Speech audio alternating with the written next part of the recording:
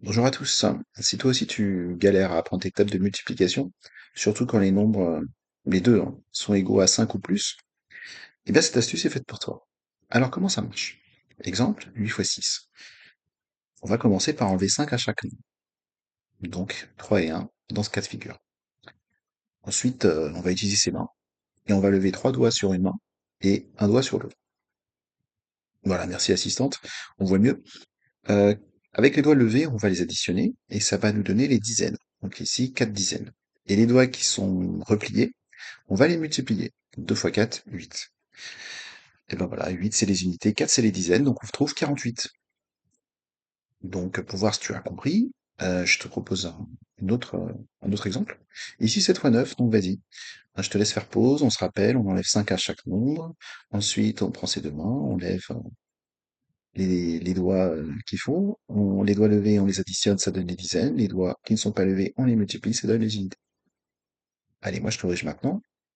Donc si j'enlève 5 à chaque nombre, il va en rester 2 et 4. Donc deux doigts levés sur une main et 4 sur l'autre. Voilà, comme ceci.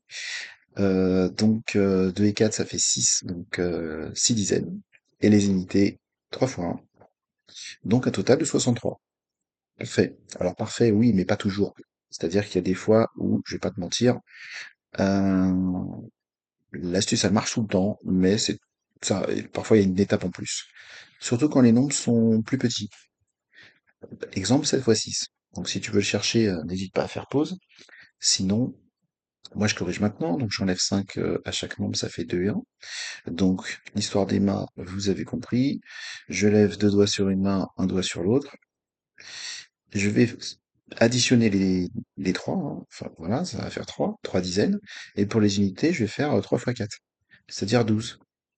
Mais là, ça fait quoi là? 3 et 12, 312. Mais non, 3 c'est pas une centaine, c'est une dizaine. Mais il y a aussi des dizaines dans 12. Donc c'est ça le problème. C'est qu'il y a des dizaines un peu partout. Donc il y a 3 dizaines en haut, une dizaine en bas, donc ça en fait 4, donc 42. Donc vous voyez, on va quand même trouver, mais il y a une petite étape à rajouter quand même. Alors, si tu es curieux de savoir pourquoi ça marche, eh bien je te l'explique en fin de vidéo. Donc je prends deux nombres A et B, compris entre 5 et 9, et on va voir si le produit est égal à ce qu'on a annoncé. Alors qu'est-ce qu'on a annoncé? Alors on a dit que le nombre A, on lui a enlevé 5. Donc j'écris A moins 5, et pour l'autre main, c'est B moins 5.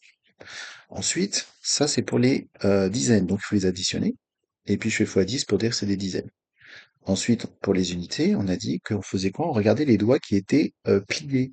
Et les doigts pliés, c'est quoi? Eh bien, c'est finalement dans une main, tu le sais, il y a 5 doigts. Donc si à 5 j'enlève A moins 5, il va me rester, puisque A moins 5 c'est les doigts levés, eh bien 5 moins A moins 5, ça va me donner le nombre de doigts repliés. Donc là, on supprime les parenthèses. Une vidéo là-dessus, si t'es pas à l'aise, hein, tu la trouveras sur la chaîne sans problème. 5 plus 5, ça fait 10. Donc 10 moins A pour une main, donc 10 moins B pour l'autre. Ça, c'est à multiplier puisqu'il s'agit des unités. Voilà. Donc là, maintenant qu'on a expliqué comment on pouvait exprimer dizaines et unités, eh bien, on va écrire ce que c'est que tout ça. Donc, quand j'additionne, bien sûr. Bon, bah là, c'est du développement, donc niveau quatrième, troisième, et encore, il y a des vidéos là-dessus. Simple développement pour la partie verte et double développement pour la partie bleue. Donc là, je distribue, hein, je multiplie tout par 10. Donc 10A, moins 50, plus 10B, moins 50, mais le calcul n'est pas fini, il nous manque la partie bleue. Donc là, double développement, 10 fois 10, ça fait 100, 10 fois B, ça fait 10B, il y a un moins devant, pareil pour A.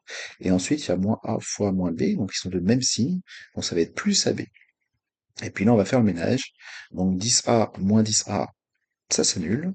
Moins 50 plus 100 également. Et puis 10B moins 10B, les nombres sont opposés. Donc, ils s'en vont. Et qu'est-ce qu'il nous reste? Il nous reste AB. AB qu'on recopie, c'est bien le produit qu'on cherchait, puisque rappelez-vous, à la base, on voulait connaître le résultat de A fois B. Donc ça revient à notre astuce.